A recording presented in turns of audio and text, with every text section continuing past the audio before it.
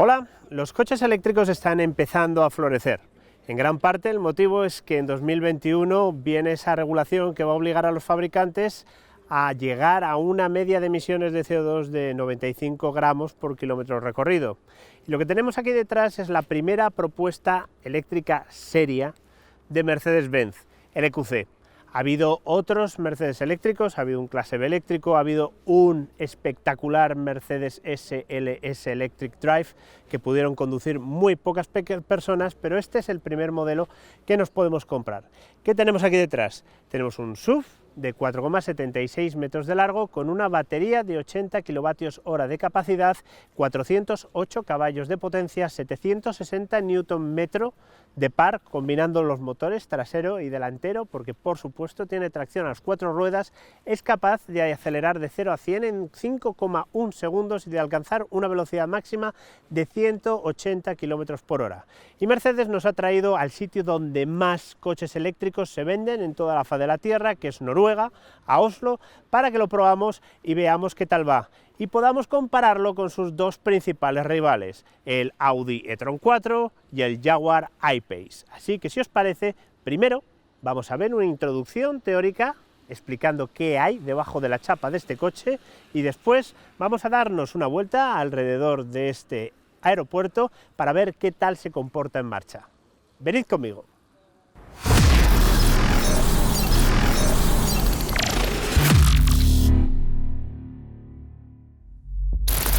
Bueno, vamos a empezar nuestro recorrido por lo más básico, que es viendo cómo funciona una batería de litio. Aquí tenemos los elementos fundamentales de una batería. Tenemos el grafito. El grafito es el componente fundamental del ánodo. En el grafito se infiltra el litio. El litio entra dentro del grafito. El grafito funciona como una esponja para el litio. El grafito y el litio juntos constituyen el ánodo, el polo negativo de la batería. Después existe un separador que vamos a ver ahora y en ese separador está embebido el electrolito. El electrolito líquido es una sustancia apolar que no conduce la electricidad, pero que sí permite un intercambio iónico, es decir, el flujo de cationes litio entre el ánodo y estos componentes de aquí, que son el cátodo. Aquí nos han puesto propilencarbonato, aunque puede haber otros componentes. Desgraciadamente, este electrolito tiene cierta tendencia a partir de los 100 grados a hervir y si consigue escapar de la batería tiende a inflamarse. Y es uno de los problemas que tienen las baterías actuales y el motivo por el que están intentando hacer baterías de electrolito sólido. En este propilencarbonato se disuelve una sustancia que libera cationes de litio, por ejemplo, hexafluoruro de litio. ¿Vale? En los cationes de litio, los Li+, son los que se mueven de izquierda a derecha, se mueven hacia allá cuando la batería se está cargando, se mueven hacia acá cuando la batería se está descargando, mientras que los electrones tienen que ir por un cable desde esto que compone el ánodo y hasta esto que compone el cátodo. Aquí tenemos manganeso, níquel y cobalto. ¿Qué proporciones hay en el cátodo de esto? Pues actualmente estamos en la tecnología NMC 811. Eso quiere decir que hay un 80% de níquel, un 1% de manganeso y sobre todo un 1% de cobalto, que es lo que nos interesa porque resulta que el cobalto es muy caro. Ha habido hasta ahora 3 generaciones de baterías. Las 111 que llevaban 33, 33, 33, las 622 que llevaban 60, 20 y 20 y ahora estamos en la 811 que lleva un 80, un 10 y un 10. Y aquí tenemos en estos vidrios que nos ha preparado Mercedes, y se lo agradezco mogollón, ejemplos de cómo se convierte esto en láminas para hacer las placas de batería que vamos a ver ahora. Aquí tenemos, veis que esto está acabado en aluminio. Esto es un ánodo. Esto es una chapa de aluminio, una película de aluminio muy fina, casi transparente, que es lo que llamamos el colector, que recoge la electricidad, y lo que tenemos depositado sobre el aluminio es una capa de ese grafito finamente molido en el que se infiltra el litio, ¿vale? Después, esto iría así, después de esta capa que es el ánodo, el terminal negativo, colocamos el separador. El separador es una polialfa-olefina permeable a los cationes, que evita que exista contacto físico entre el ánodo y el cátodo, porque si no, la batería se circuitaría internamente. Recordad que en el interior de una batería no existe corriente eléctrica, solo existe intercambio de material, de cationes de litio yendo del ánodo al cátodo o del cátodo al ánodo. Y después aquí está el cátodo, que está recubierto de una fina mezcla de manganeso, cobalto y níquel. ¿Por qué sabemos que es el cátodo? Bueno, resulta que estos tres elementos finamente picados se adhieren mucho mejor al cobre, de forma que el colector de los cátodos siempre se hace en cobre, mientras que el colector de los ánodos, a ver si consigo llegar al ánodo sin tirarlo todo, se fabrica en aluminio. Y lo que tenemos que hacer es montar un montón de estas, una tras otra, tras otra, tras otra, hasta tener una celda de batería. Las celdas que utiliza este coche son de tipo pouch, porque están enfrascadas en un envoltorio de plástico blandito, y el electrolito está gelificado normalmente con agar-agar o cualquier sustancia que permita fabricar un gel, para que a pesar de que las celdas están así en vertical, el electrolito no se acabe yendo para abajo. Si no tuviésemos un electrolito gelificado, no tendríamos una batería de tipo litio polímero, tendríamos una celda de litio normal y tendríamos que ponerle una carcasa metálica en lugar de una carcasa de tipo pouch blandita, para asegurarnos de que el electrolito nunca se va para abajo y no acaba estableciéndose contacto entre el cátodo, el separador, que ya os he dicho es un plástico, esto es una polialfa-olefina, pero además lleva un recubrimiento cerámico para incrementar su aislante a la tensión, y después el ánodo. Afortunadamente este separador no tiene muchísimo trabajo en esta vida, porque tenéis que tener en cuenta que la tensión máxima que alcanza una celda aislada, no la batería, es de 4,2 voltios, nunca debería llegar a 4,35 voltios, de forma que tampoco es que tenga que separar muchísimo, pero claro, esto es peso que añadimos a la batería, o sea que cuanto más finito sea y más permeable sea a los iones sin ser conductor de la electricidad, pues muchísimo mejor. Bien, lo que tenemos aquí es un módulo que está compuesto por celdas individuales. Después los módulos se unen para conformar el battery pack. ¿Veis? Cada uno de estos es una celda de tipo pouch individual, que está compuesto por capa de ánodo, separador, cátodo, ánodo, separador, cátodo, así todas las veces que hemos podido, hasta empaquetarla ahí dentro. ¿Qué existe entre las celdas? Pues estas películas, estas chapas de aluminio. ¿Para qué sirven estas chapas de aluminio? Pues sirven para refrigerar las celdas mediante esto que tenemos aquí. Aquí han puesto una lámina de color gris, pero en realidad esto sería una pasta térmica como la que hay en los procesadores de los ordenadores. Sobre esta pasta térmica está esta rejilla de aquí, que es por la que va la refrigeración de este módulo. Cada uno hace esto un poco de la forma que prefiere. Audi, por ejemplo, ha colocado en el e-tron 4 la refrigeración debajo del propio módulo. Jaguar en el I-Pace ha colocado la refrigeración dentro del módulo, pero en la parte inferior. Mercedes en su módulo lo ha colocado en la parte superior. Por aquí va el líquido refrigerante. Esto simplemente sirve para amortiguar y compactar todo el paquete, y el líquido refrigerante entra por aquí y sale por aquí. ¿Qué explicación me ha dado Mercedes? Bueno, pues que el calor siempre va hacia arriba, de forma que ¿por qué no refrigerar los módulos de batería desde la parte superior, que además conseguimos que una parte por la que fluye una mezcla de etilenglicol y agua, que al fin y al cabo es conductor de la electricidad, pues estaría mucho más seguro si estuviera en la parte de arriba que en la parte de abajo, donde es más probable que una batería sufra un impacto. Ya que estamos viendo este módulo, vamos a hablar de la topología de esta celda, de este bloque, perdón. Lo que tenemos aquí son 4 celdas en paralelo, y estas celdas de 4 en 4 unidas en serie para dar una topología de tipo 96 paralelo 4 serie, es decir, el EQC funciona a una tensión ligeramente inferior a la que funciona, por ejemplo, el e-tron 4 o el Jaguar I-Pace, que tienen 108 módulos en lugar de 96 conectados en serie. Esto no tiene por qué ser necesariamente malo. Después tenemos aquí estos conectores que sirven primero para saber a qué temperatura y tensión se encuentran las celdas, y también para comandar una cosa que no podemos saber aquí, que es el BMC, el Battery Management Controller, que no Battery Management System. ¿Por qué? Originalmente sabéis que todas las bloques de celdas tienen que ser balanceados, es decir, se tiene que garantizar que el nivel de carga, el state of charge de todas las celdas sea más o menos homogéneo. Para eso tenemos que transferir muchas veces carga de las que están más cargadas a las que están menos cargadas para que todas se carguen igualmente, porque lo que va a limitar la capacidad máxima de nuestra batería es la primera de estas celdas, que llegue a 4,2 voltios de tensión. Antiguamente se llevaban cables y cables y cables hasta el BMS, el Battery Management System. Ahora lo que se hace es que el Battery Management System se pone en contacto con los Battery Management Controller y esta ecualización se hace módulo a módulo. Y ya que estamos aquí, aquí podéis ver esto soldado, es lo que coge y pasa la tensión de uno a otro y de uno a otro y de uno a otro y se va sumando, porque estos están de 4 en 4 en paralelo y después colocados en serie, ya os he dicho 96 módulos de 4 para llegar a una tensión nominal cuando está completamente cargado un poco inferior de unos 400 voltios. El pico son 4,2 voltios y tenemos 96 módulos en serie, de forma que echad vosotros las cuentas, que yo ahora mismo grabando este vídeo no doy para ello. Vamos a ver cómo se montan estos módulos dentro de la batería para hacer el Battery Pack. Bien, este es el Battery Pack, es la batería del Mercedes EQC. ¿Qué tenemos que ver aquí interesante? Bastantes cosas. Veamos, primero, tenemos una carcasa exterior de aluminio extruido que funciona como un crash box inmenso.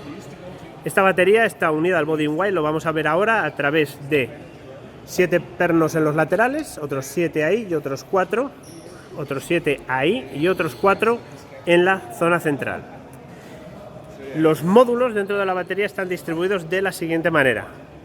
Tenemos 4 módulos grandes, este de aquí, ese de ahí, y aquí en este piso superior que va debajo de los asientos traseros, otro, y después tenemos 2 módulos más pequeñitos, que son este de aquí y ese de aquí. Todo esto que tenemos aquí son conductos de refrigeración para los módulos, para cada uno de los módulos, como os he enseñado antes. Por ejemplo, por aquí entra el agua, no sé si la fría o la caliente, y por aquí sale. Este refrigera este módulo de aquí y estos dos de aquí refrigeran este módulo de aquí.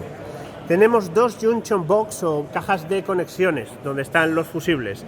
Tenemos una para el tren delantero y tenemos otra para el tren trasero. Todas estas incorporan su propio fusible y sus propios relés de conexión y desconexión.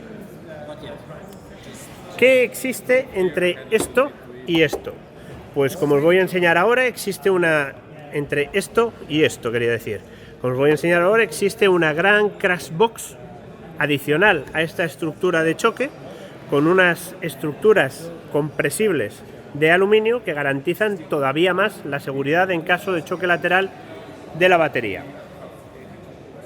Y lo que tenemos aquí, sube, son las conexiones de la junction box, la caja de conexiones trasera, que es todo esto de aquí. Aquí debajo está además el interruptor de servicio.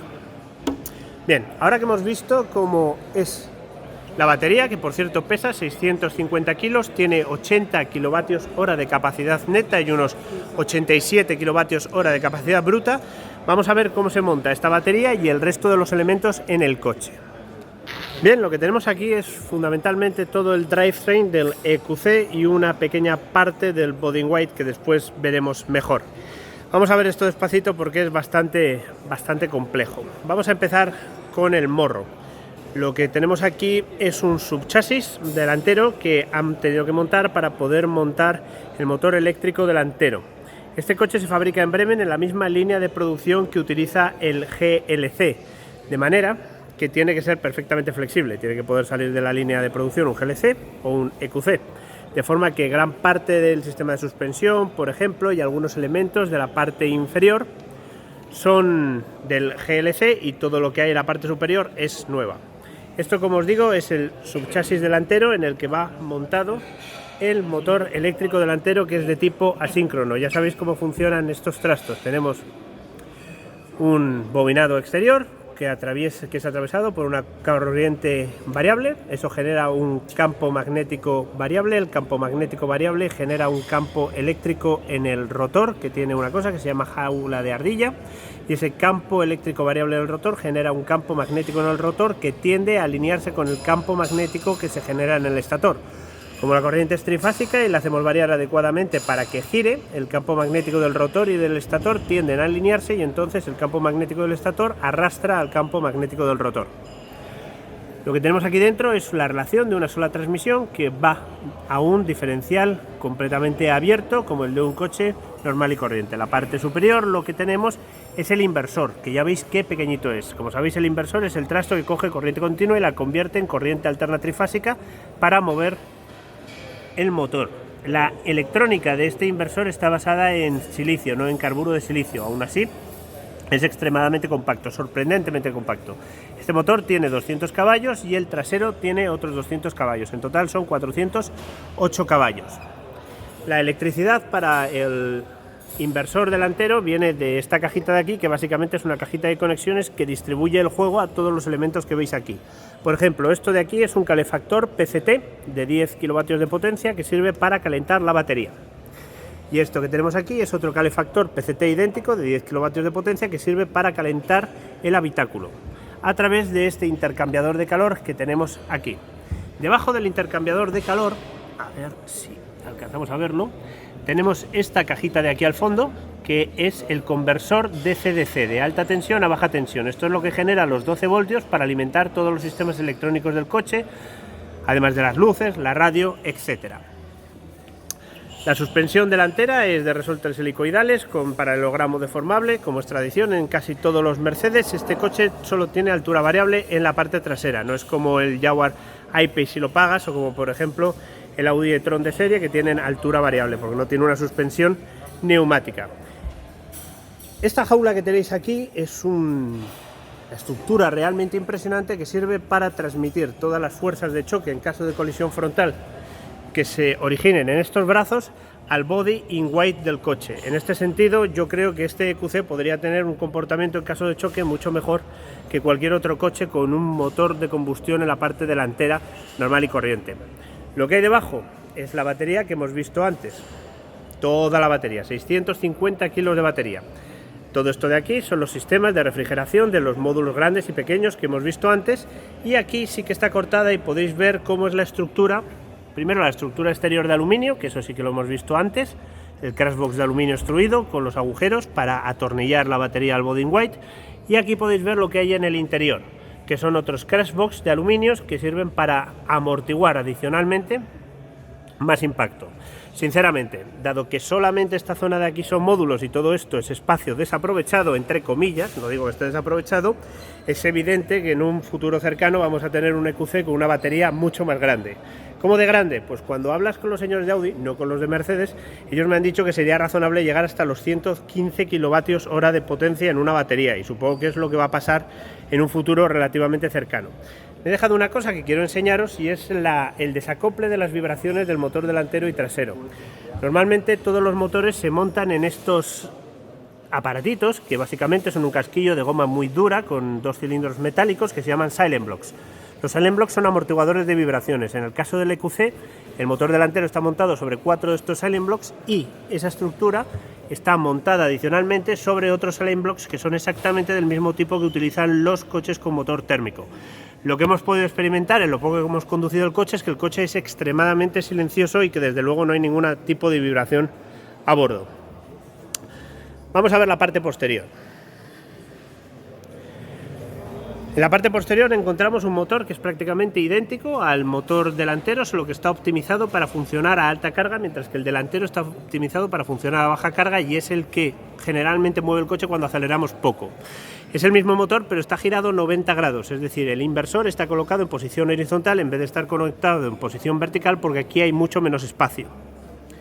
Esto que tenemos aquí es una gran pieza aislante con un montón de espuma, que además tiene un tacto bastante erótico, o sea que debe absorber muy bien las vibraciones, y eso está a su vez montado, como ocurría adelante, con unos silent blocks que aíslan la instalación del motor, y después otros silent blocks que aíslan el subchasis trasero del body in white del coche. Tenemos una suspensión trasera de paralelogramo deformable, bueno, en este caso es un multibrazo, estoy convencido de que tiene un quinto brazo, un brazo de control que ahora mismo no veo, y tenemos unos fuelles neumáticos que hacen la labor que hacen en la parte delantera los muelles helicoidales, de forma que aquí lo que tenemos es un sistema de altura variable. Aquí, aunque esto sea una maqueta, lo que tenemos es la toma de corriente para carga en corriente alterna y la toma de corriente para carga en corriente continua. La conexión en corriente continua va a esta caja de aquí, que es el controlador de carga de corriente continua. Es el que se dedica a abrir y cerrar la corriente continua cuando conectamos el coche a un cargador rápido que puede ser de hasta 110 kilovatios de potencia.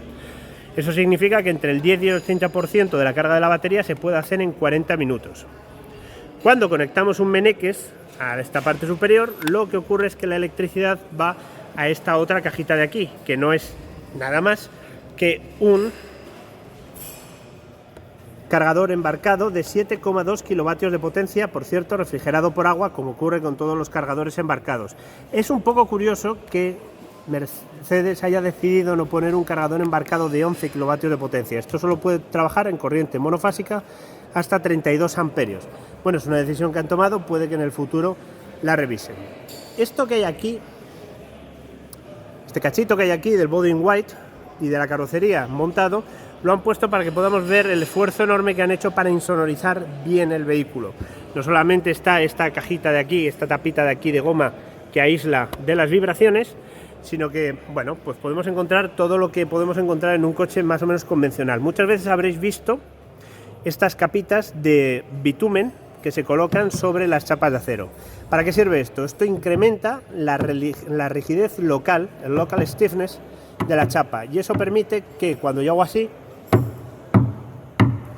suene grave y seco. En lugar de, si no estuviesen todas estas capas, sonaría como un tambor, pam, pam, pam, y el coche sería como un inmenso órgano musical. Lo podréis encontrar también en vuestro coche y seguramente os habéis preguntado para qué era y bueno, pues ya lo acabáis de descubrir. Y después aquí tenemos un montón de material insonorizante que se coloca en este y en otros coches, pero en este coche han puesto especialmente mucho material insonorizante para que todo el ruido que se genera en el drivetrain no consiga entrar dentro del habitáculo.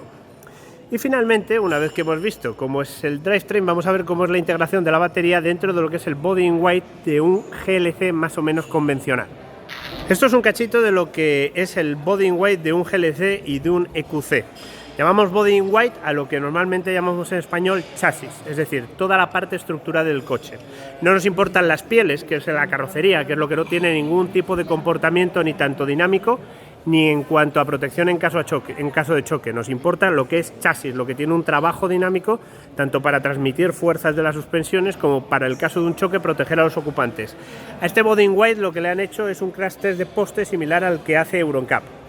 Lo que hay aquí debajo, pintado en naranja, es la batería y lo que hay encima es el body in white del coche, que está construido en aceros.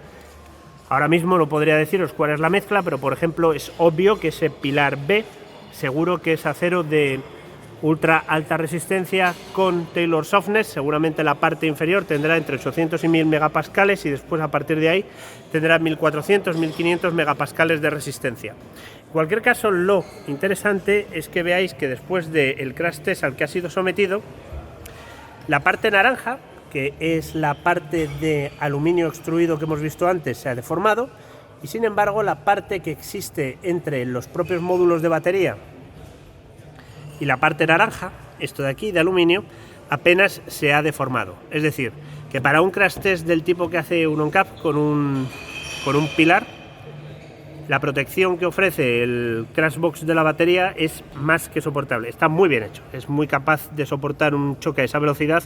Imagino que eso significa que es capaz de soportar choques a velocidades mucho más altas. No obstante, un coche que soporte este impacto, que le lleves al taller con este impacto, es un siniestro total, porque desmontar todo esto y sustituirlo por piezas nuevas es totalmente impensable. Y por supuesto una batería que haya sufrido este golpe, aunque a la batería no le ha pasado nada desde el punto de vista de que no hay fugas, ni fallos eléctricos, ni tal, sus módulos han sufrido una deceleración tan grande que habría que sustituirlo prácticamente todo. Y básicamente esto es todo lo que os puedo enseñar de cómo es por dentro el nuevo Mercedes EQC, que ya sabéis mide 4,76 de largo, pesa nada menos que 2.495 kilos, conductor incluido, y aún así es capaz de acelerar de 0 a 100 en 5,1 segundos gracias a que tiene 408 caballos de potencia y 760 Nm de par entre el motor delantero y motor trasero, los dos combinados, lo cual es curioso porque son unas cifras exactamente clavadas a las del Audi e-tron. Y ahora que sabemos perfectamente cómo es el coche, pues creo que ha llegado el momento de subirnos a bordo y conducirlo para ver qué tal va. ¿No os parece?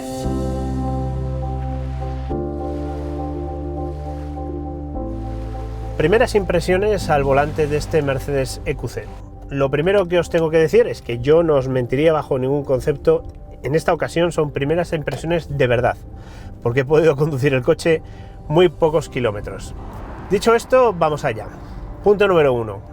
A pesar de que pesa 2.495 kilos conductor incluido, lo cual quiere decir que en este momento pesa más de 2.495 kilos porque yo peso un poco más que el conductor estándar que contempla la directiva de homologación, el tacto del coche es más directo y más ligero que el de un Audi e-tron 4 y más natural que el de un Jaguar I-Pace. Probablemente esto tenga que ver con el hecho de que delante llevamos una suspensión de resortes helicoidales en lugar de llevar una suspensión neumática. ¿Qué significa esto? Es algo que ocurre sistemáticamente. Cuando le pones a un coche una suspensión neumática, el confort aumenta muchísimo, el comportamiento también puede mejorar increíblemente, pero el tacto se vuelve un poco más artificial comparado con el tacto que tendríamos con una suspensión convencional. El tacto de dirección es bastante bueno y suave, no eres consciente de que llevas ahí debajo 650 kilos de batería. El coche tiene más tendencia a balancear que, por ejemplo, un Jaguar I-Pace, que es un coche terriblemente estable desde el punto de vista tanto del balanceo como de las transferencias de masa.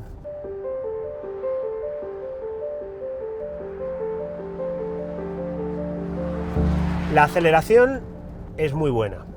Acelera de 0 a 100 en 5,1 segundos, como hemos dicho antes, y cuando aceleras a fondo proporciona prestaciones suficientes como para decir este coche corre suficiente como para comprármelo. Corre, yo diría que más que un e-tron 4 cuando está en modo boost y bastante más que un e-tron 4 cuando no está en el modo boost, cuando está en el modo normal y solo tenemos 360 caballos, que es un modo en el que el coche parece un poco perezoso. Este EQC nunca parece perezoso. No tiene la prestación brutal de, por ejemplo, un Tesla Model X cuando le ponemos en el modo performance, pero es bastante rápido. Después, consumos, que es el asunto que estáis esperando que mencione todos. Estamos conduciendo en Noruega, donde hay normas de circulación muy estrictas y especialmente son muy estrictos con la velocidad y hay muchos radares. La orografía es bastante sinuosa y tiene bastantes subidas y bajadas, pero las velocidades que hemos mantenido durante esta primera prueba no han superado los 100 km por hora.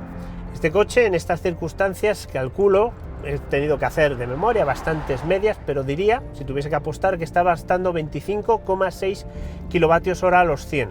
Esta unidad en concreto lleva los neumáticos más anchos posibles, de manera que es una cifra que se corresponde perfectamente con la homologación WLTP. ¿Cuánto gastaría a 120 km por hora? Espero poder comprobarlo mañana, pero me temo que si estamos gastando 25 a 120 km por hora debemos estar, si no en 30, seguramente en 28 o 29. Y eso significa, pues podéis echar las cuentas, 30, 60, 90, estamos en unos 275 kilómetros de autonomía a velocidades de autopista. Después, la regeneración. En este coche disponemos de 5 niveles de regeneración que podemos controlar mediante las levas, y que se llaman D, D-, D+, D++, etcétera, etcétera.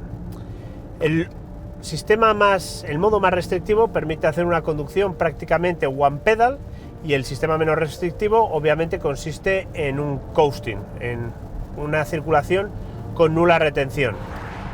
Uno de los problemas que le veo es que el sistema one pedal de este Mercedes no permite hacer una conducción auténticamente one pedal, en el sentido de que no puedes detener el coche sin llegar a pisar el freno, y existe esa función creeping que simula la presencia de un cambio automático y que hace que cuando levantas el pie del freno el coche avance.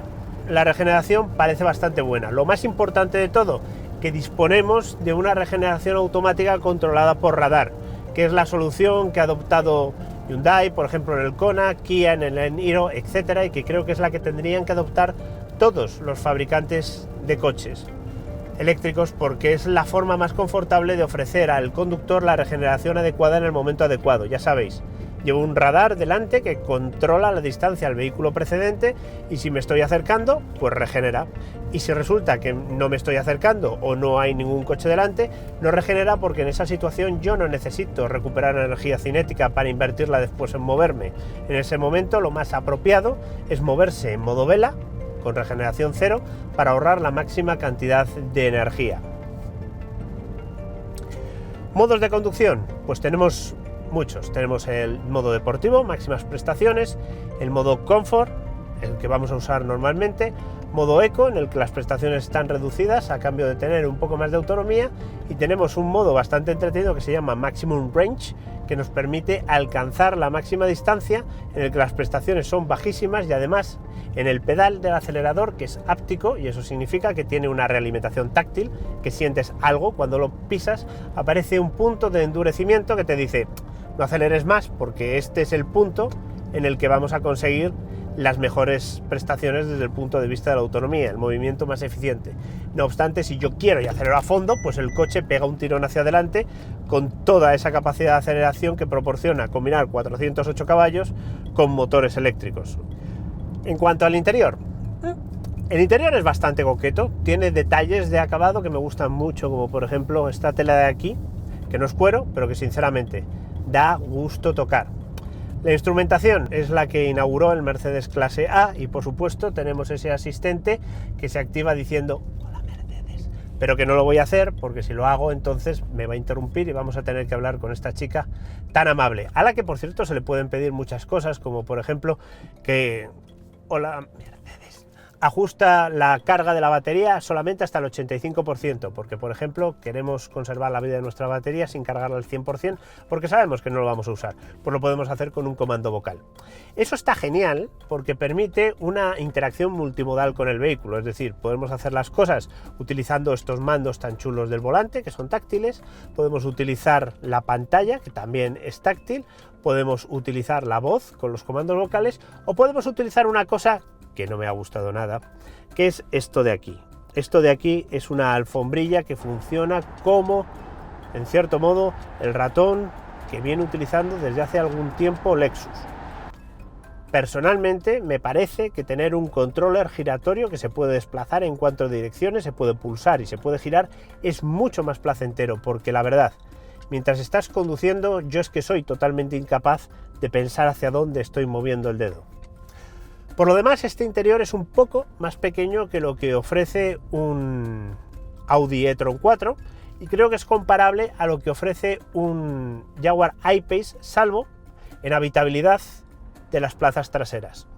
También hay otro factor que distingue mucho al I-Pace, que tiene un interior súper bien aprovechado, de este Mercedes EQC, y es el hecho de que al estar basado en la plataforma del GLC tenemos este inmenso túnel central que además se propaga hacia las plazas traseras, de manera que no tenemos un espacio tan diáfano y desahogado como podemos encontrar por ejemplo en el Jaguar. Y bien, esto es lo que ha dado de sí esta primera cortísima toma de contacto con el Mercedes EQC. ¿Qué nos falta? Pues coger este coche, ponerlo en España y comprobar exactamente cuál es su consumo real, para ver cuál es su autonomía real, comprobar si cosas que nos han prometido son ciertas, como que por ejemplo con una tarjeta de Mercedes va a ser posible cargar en prácticamente todos los puntos de carga de España sin tener que apuntarse a un montón de redes. De manera que os invito a seguir nuestro canal, a suscribiros, a activar la campanita para así estar al corriente de todas las novedades del mundo del motor y enteraros de cuando saquemos la primera prueba en España de este magnífico coche eléctrico, el Mercedes-Benz EQC. Muchas gracias por vernos.